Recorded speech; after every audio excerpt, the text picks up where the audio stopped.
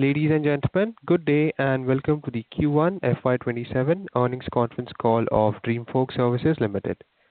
As a reminder, all participant lines will be in a listen-only mode, and there will be an opportunity for you to ask questions after the presentation concludes. Should you need assistance during the conference call, please signal an operator by pressing star, then zero on your touchtone phone. Please note that this conference is being recorded. I now hand the conference over to Ms. Librata Kalat. Thank you, and over to you, ma'am. Good evening, everyone, and thank you for joining us. We appreciate your continued interest and engagement with the company. Earlier today, we announced our financial results for the quarter ended 30th June 2026. The detailed financials and investor presentation have been made available on the stock exchanges as well as on our website, and we hope you had an opportunity to review them. As we begin FY27, I would like to reflect briefly on the journey we have undertaken over the past year. FY26 was a year of significant disruption and structural change, particularly in the domestic airport lounge ecosystem. While this transition had a material impact on our financial performance, it has also accelerated a transformation that had been preparing for, from being predominantly a lounge aggregator to becoming a broader travel and lifestyle benefit platform. The most important change we are seeing today is in the way our banking and enterprise partners are designing their customer value propositions. The focus is increasingly shifting from a single standardized benefit to a more personalized combination of experiences based on customer segments, spending behavior, and usage patterns. An example of that is the launch of boarding pass-based travel benefit program for one of the largest banks' premium credit card users. This enables customers to access relevant travel benefits seamlessly through their journey, while allowing our banking partners to deliver a more contextual and personalized customer experience. We believe such propositions are an important indication of how the card benefits ecosystem is evolving and where Dreamfolks can add value. This plays directly to Dreamfolks' strengths, given our ability to aggregate multiple services and configure them through our technology platform. We are therefore increasingly positioning ourselves not merely as a service provider, but as a benefit technology platform that enables clients to design, distribute, and manage differentiated customer propositions across travel and lifestyle categories. This evolution is supported by favorable structural industry trends. India's credit card transaction value is expected to grow from approximately 21 trillion in FY25 to 54 trillion in FY30, representing a CAGR of around 21%.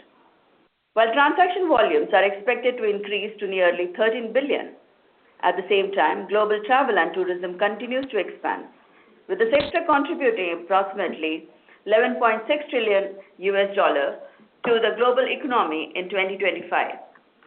APAC remains one of the key growth engines for global aviation, while Southeast Asia's tourism market is expected to grow from approximately $35.5 billion in 2025 to $67.4 billion by 2031. These trends reinforce our conviction that the long-term opportunity extends well beyond traditional airport lounge access. Against this background, we continue to broaden our service portfolio across the travel and lifestyle.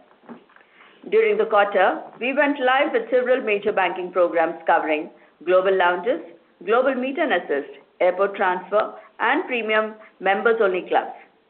These programs demonstrate how our platform is increasingly being used to create bundled and differentiated propositions rather than simply providing individual services. Our core network also continues to widen steadily.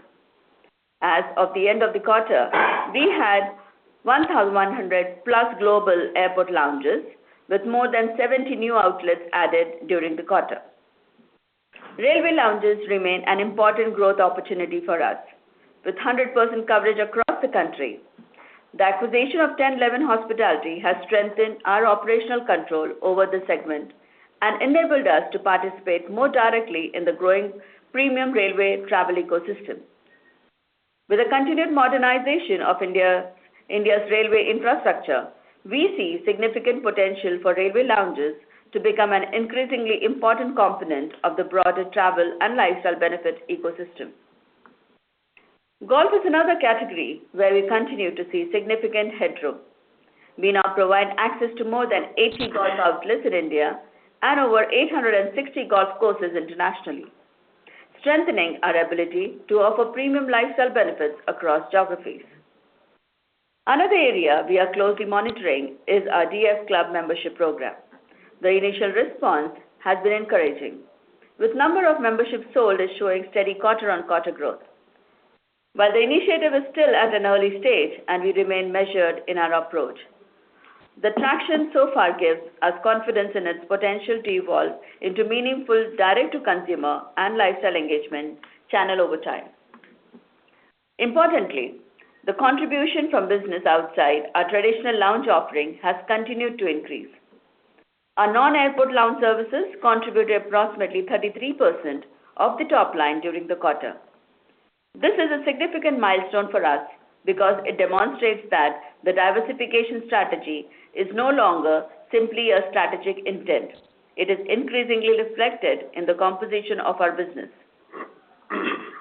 At the same time, our focus remains on deepening relationships with existing clients. Rather than viewing our partnership only through the lens of traditional lounge access, we are working with clients to introduce multiple categories of benefits through the same technology and distribution infrastructure. This enables us to increase wallet share, improve engagement, and create stickiness within our client ecosystem. As we look ahead, our priorities remain clear. Scale our global lounge network and strengthen our position relative to global peers. Expand the railway lounge network through our subsidiary 1011 Hospitality. Redefine credit card benefits in India by moving beyond the legacy domestic lounges proposition and offering a broader range of travel and lifestyle experiences. The journey from a travel-focused aggregator to diversified travel and lifestyle benefit management technology platform is well underway. The progress we are seeing across global volumes, new client programs, network expansion, and the increasing contribution from non-lounge services gives us confidence that the foundation built during FY26 are beginning to translate into more diversified and resilient business. Turning to our financial performance, for the quarter ended 30th June 2026, the company reported revenue of INR 39 crores. Gross profit from the quarter stood at negative 0.9 crores, primarily impacted by the upfront minimum guarantee payment made to support the expansion of our global lounge business. We expect these investments to be recovered through increased transaction volumes and scale up the global business over the coming quarters. The adjusted EBITDA, after adjusting for non-cash expense, stood at negative 16.4 crores. While near-term profitability has been temporarily affected due to the structural reset and efforts to expand globally and enter new geographies, we believe the rapid adoption of new age lifestyle services and deeper integration in the global and railway lounge business segment, we should be able to grow bigger than ever. Despite these headwinds, our balance sheet remains strong and resilient. We closed the quarter with cash and cash equivalent of INR 193.3 crores, providing significant financial flexibility to execute more strategic initiatives. Our net worth as on 30th June 2026 stands at a healthy INR 300.4 crores, a position that underscores our ability to invest in growth while maintaining financial discipline through this period of transformation. We remain confident that the investments we have made in platform, people, partnership, and geographies will translate into meaningful value creation as industry conditions normalize and our newer revenue streams gain scale. I would now like to hand over to Shekhar for a detailed financial update. Thank you, Rivrita. Good evening, everyone. I will now take you through our financial performance for the quarter ended 30th June 2026. We reported revenue of INR 39 crores compared to INR 52.6 crores in the last quarter and INR 348.9 crores in Q1 FY26. while the adjusted EBITDA came in at a negative INR 16.4 crores compared to a negative INR 14.4 crores in the last quarter and 30.5 crores in Q1 2026. Profit after tax stood at negative INR 13.8 crores against negative INR 13 crores last quarter and 21.3 crores in Q1 2026. The recent impact on the profitability is primarily a result of lower revenue against our existing operating cost base. Once the high revenue contributing businesses in which we are currently investing begin to scale and unlock their full potential, we expect the incremental contribution to help us absorb our fixed overheads and improve the operating leverage. As of 30th June 2026, our net worth stood at INR 300.4 crores, while cash and cash equivalents increased to INR 193.3 crores from INR 149 crores in the previous quarter, reflecting our continued focus on efficient working capital management. Our strong balance sheet and healthy liquidity position provide us with the financial flexibility to pursue our growth opportunities while maintaining prudent capital allocation and financial discipline. With that, I open the floor for questions. Thank you. Thank you, sir. We will now begin the question and answer session. Anyone who wishes to ask a question may press star and one on their touchtone telephone. If you wish to withdraw yourself from the question queue, you may press star and two. Participants are requested to use handset while asking a question. Ladies and gentlemen, we will wait for a moment while the question queue assembles.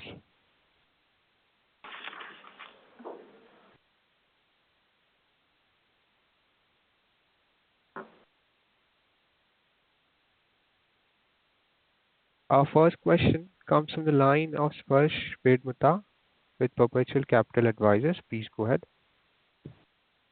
Hello, am I audible? Yes, sir. Yes. Thank you for this opportunity. So my first question is regarding the unit economics on our railway lounge. I wanted to ask how much does it cost for us to open one and how long before it earns that back? So in terms of the capex, if you're asking, then it depends from lounge to lounge because every city has a different cost. Secondly, it also depends on the size of the lounges because not every area, railway station, we actually get a same cost, same size. But however, on average, I would say that, right now, starting from a 2,000 square feet lounge, what we have, where we also have a 14,000 square feet lounges. So it depends from 1.5 CR going up to maybe 5 to 6 CR is the capex investment right now. It is just the capex investment what I'm talking about. But apart from that, there are other investment, which is the security deposit and the initial advances, which are also been given to the railways. Okay, got it. And also you mentioned that railway lounges could be a 500 crore opportunity over 4-5 years. Could you walk me through what needs to happen for that number to be real? Like how many stations and how many customers per station are we expecting? So if you were to look at our Prime Minister's speech, the kind of investment that they have envisaged, if that is happening over a period of next 3 to 4 years, I think we are confident, and that is a number that we have actually calculated. And this 500 crores in the next 5 years is very much possible considering that kind of investment. Okay, got it. And one last question. How do the margin economics of ETT compare to what you historically earned in the India lounge business? Are they structurally better?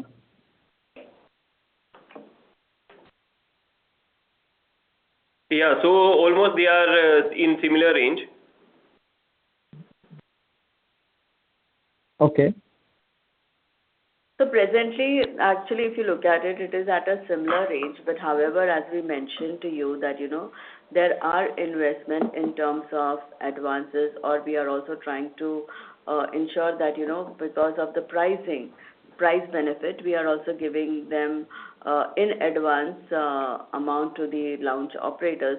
So I would say that, all that cost right now is considered, and I would say presently you would not see a better margin compared to what it was earlier, but eventually I would say that yes, the margins would get better for global.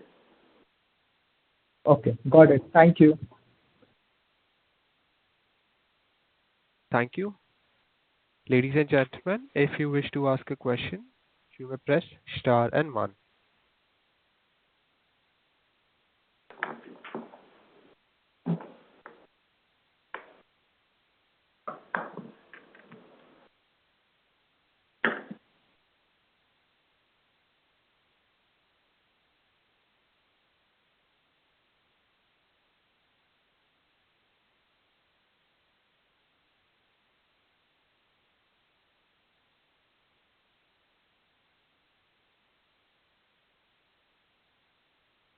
The next question comes from the line of Maruti Nandan Sarda, an individual investor.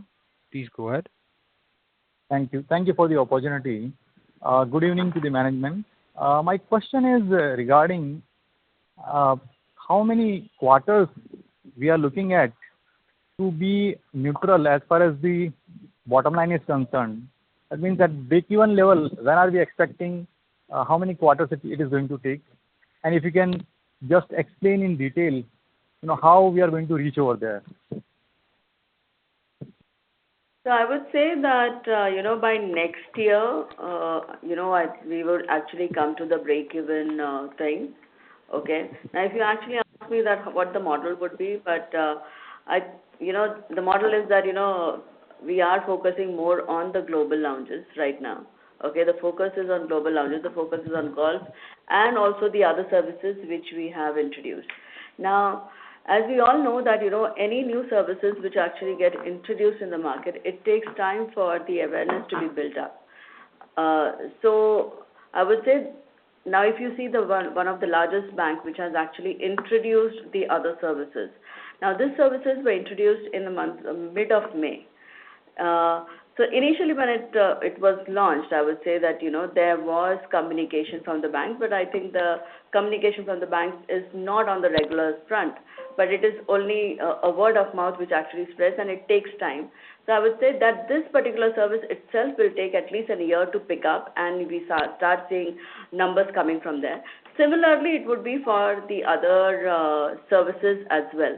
Now, coming to global lounges, now, the impact of the war has actually impacted our business, and that's the reason, the global lounge, the numbers have dropped drastically compared to what we see in the last quarter. Otherwise, I think we could have actually made, I would say that, in terms of the transactions, the number and the top line would have been much better if there was no war. So I would say that these are the impacts which have happened. But yes, global lounge, golf, other services would be the one which will grow eventually in a couple of quarters. And by next year, I would say that yes, we would be in the break-even.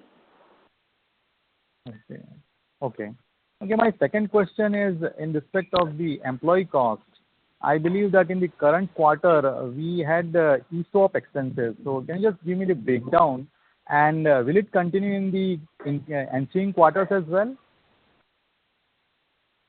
So, when we talk about the ESOP cost, so frankly, its impact is very minimal. So, if we talk about on full year basis, the impact of those ESOPs which are issued is only 14 lakhs. So, that is not at all impacting. So, if you see basically the variance that is appearing, if you are comparing the current quarter number, so these will be more or less equivalent to what we have been doing in the previous quarter. So, payroll cost, it almost stands there. In the last quarter, if you would have seen our commentary, then there was the reversal of the variable pay. So as a result, the number for March quarter was looking quite low. Okay. So we will be continuing with the current quarter's number in the forthcoming quarters as well, right? Right. Yes. Almost in the similar manner. Yes. Okay. Noted. And can you just throw some light on the debtors? Like, we had quite a big chunk outstanding at the end of previous quarter. So right now, what is the situation, and do we have anything which is more than 90 days old? So, yes, there has been a lot of effort in terms of collecting dues from the receivables. So that's why you see the cash position of the company has quite improved. So that's what I said, nearly 190 plus crores is there as compared to the previous numbers of nearly 148 CR. So there has been a lot of work which is being done in that aspect, yes. So what is the current debtors number at the end of June quarter? So, frankly, it's the balance sheet number, so we have just published only P&L numbers. Okay. Okay. All right. And Thank you. not to forget that we are dealing with all the banks. So frankly speaking, over a period of time, whatever you've seen, the collection, that is absolutely from these institutions, and we don't see any risk here. Just to, answer your question if there is in your mind. Yeah. Thank you. Thank you for clarification. Yeah, thanks.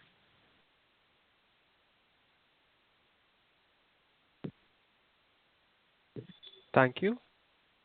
Participants who wish to ask a question may press star and one.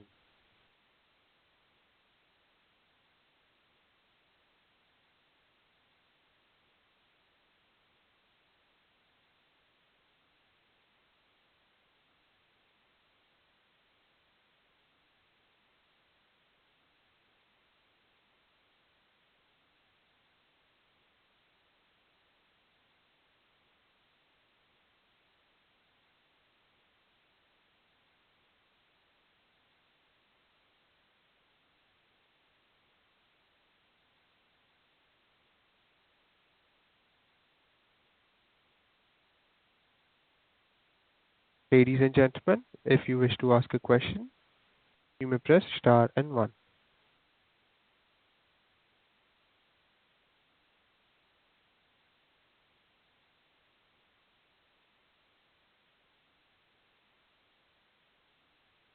Yes, we have a follow-up question from the line of Sparsh Bedmuta with Perpetual Capital Advisors. Please go ahead.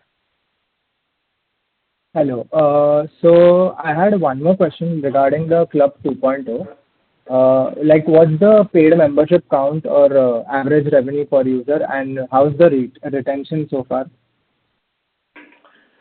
It's a relatively new. I'll tell you why relatively new, because while we launched it, a few months back, the real effort in terms of, broadcasting it and using social media has just started.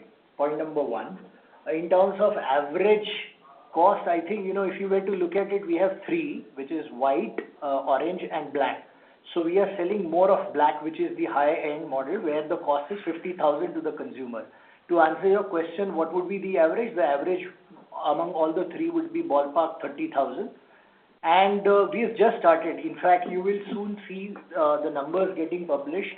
We are significantly improving the numbers. So what we were doing versus what we have done even in the month of, July, or for that matter, June, are significantly up. But yeah, it's very minuscule as compared to the total revenue. But we will start publishing as and when we feel that it is significant impacting on the revenues. Okay, got it. Thank you.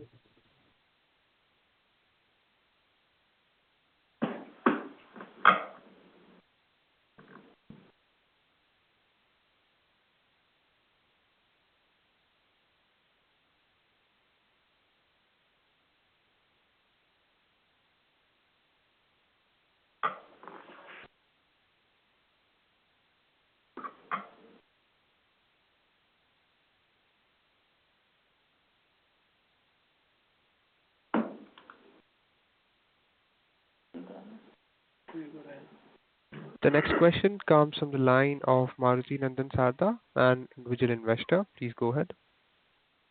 My this question belongs to the promoter holding, that since the share price is hovering around a very low level, so does promoters have any plan of increasing their shareholding, considering that in next couple of years they are looking at a very bright future for the company.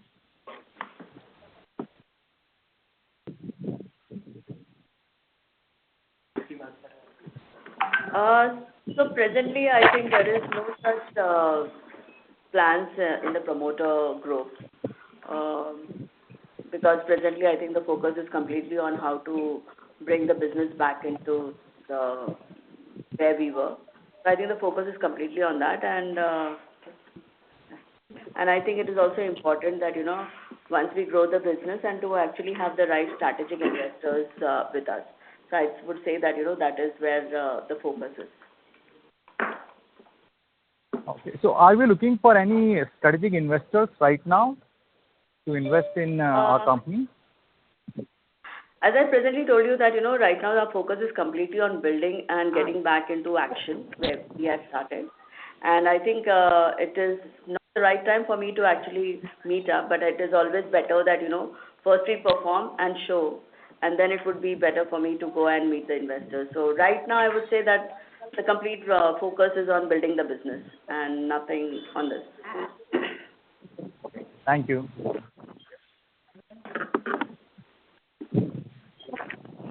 Thank you. Our next question comes from the line of Bala Murali Krishna with Oman Investment Advisors. Please go ahead. Hi, I missed the opening remarks. Could you please clarify why there is a drop in revenue QoQ? Is it due to any decrease in revenue from domestic side or any other specific reason? As I told you that if you look at it, it is the drop in the global lounge business, and the drop is drastically because of the war which is happening. So yes, internationally the traffic is down, and that is one of the biggest reasons that why there is a drop in the revenue. Okay. So, and any other further deals we finalized in this last quarter in this international, in addition to the deals which we are running with Q1? Sorry, your voice is not clear. Can you please repeat the question? So, internationally, have you gained any new customers in this last quarter, Q1, or is it similar to the Q4? No. So we have gained customers, and I would say the clients in APAC. So we have a very large network in Singapore where we have already signed up, and our program would be going live hopefully by end of this month or early next month. Our second one is in Indonesia, one of the largest bank in Indonesia. Also, we have also gone live there. There is also one of the bank in Singapore as well where we have signed, and there is a integration right now with that bank going on. So yes, these are the three large clients which have signed up for APAC. Yeah, that's great news actually. So on the Middle East, do we have any pipeline, Dubai, Oman, Saudi, Qatar? So these are some our competitors are very dominant in these countries. So do you have any pipeline or discussion with any other banks or coordinator providers? So as you are aware that we have anyways acquired a Dubai-based company which is ETT. Now because of the war, yes, the business is down in the Middle East. So that is one of the reasons that we are not able to move in the Middle East region right now. Okay. Finally, on the EBITDA break-even, I think we are planning by the H2 of FY28. Do you stick to that, or with these deals coming in line? So do you think that we can do that a little bit earlier also? Presently, I would say that I would stick to what we have committed last time. If it happens earlier, for sure, we will also announce the same. Okay. Thank you. That's all my Thank you. The next question comes from the line of K. Sahu with K Investments. Please go ahead. Hello. Am I audible? Yes. Yeah, I have two questions. First, on a cash part, what explains the cash appreciation in the books by around 44 crores? Is it a better realization that we had from the previous services we had provided? Because last quarter in the March, we had a debtor position of 134 crore, I guess. So has there been any significant realization from there? And second would be on actually, I saw that generally Q1 is a season where we have a better Q-on-Q growth. Most of the in past 3-4 years, I saw that in against the Q4, you have a better Q1 on Q-on-Q basis. What explains this particular drop of 56 to 39 crore in revenues this quarter? Okay, so regarding your first question about the bank balances, so yes, as I explained earlier, there has been significant efforts in terms of collections. So you are right, there has been collection of nearly 40 plus crore, which is there from different customers. Okay. And what regarding yeah. sorry. And regarding your second question on drop versus Q4, yeah, relatively, yes, Q1 has been better as compared to Q4, but I think Libreta did explain that, significant portion of our business is global now, and India outbound to Middle East contributes significantly in terms of traffic, overall traffic. We all are aware of it. So that has dropped because of the war, and that has impacted the volume. Okay. So Indian business is not there, and the international business is impacted by Middle East, Western Asia war. Is it the case? Yes. So in fact, our India business is to an extent compensating for the loss that is happening in Middle East. So Okay. yeah. If I'm allowed, one more follow-up question. I see that there is a significant reduction in cost, and the cost of services provided is approximately matching the revenue this particular quarter. So will it be the run rate we will be going forward in Q2, Q3?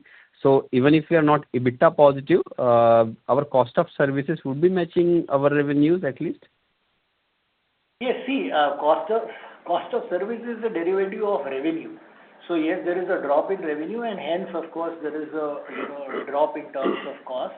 And if you are aware that our margins, gross margins, are going to be what they are. So the cost line and the revenue line will be in line. Yeah, and as we explained this time, we have done a few of the payment for MMG. However, going forward, there will be no such payment. So anyways, you will see positive margins. Okay. Thanks, guys. This is the questions from my side. All the best for the future. Thank you. Thank you. Participants who wish to ask a question may press star and one.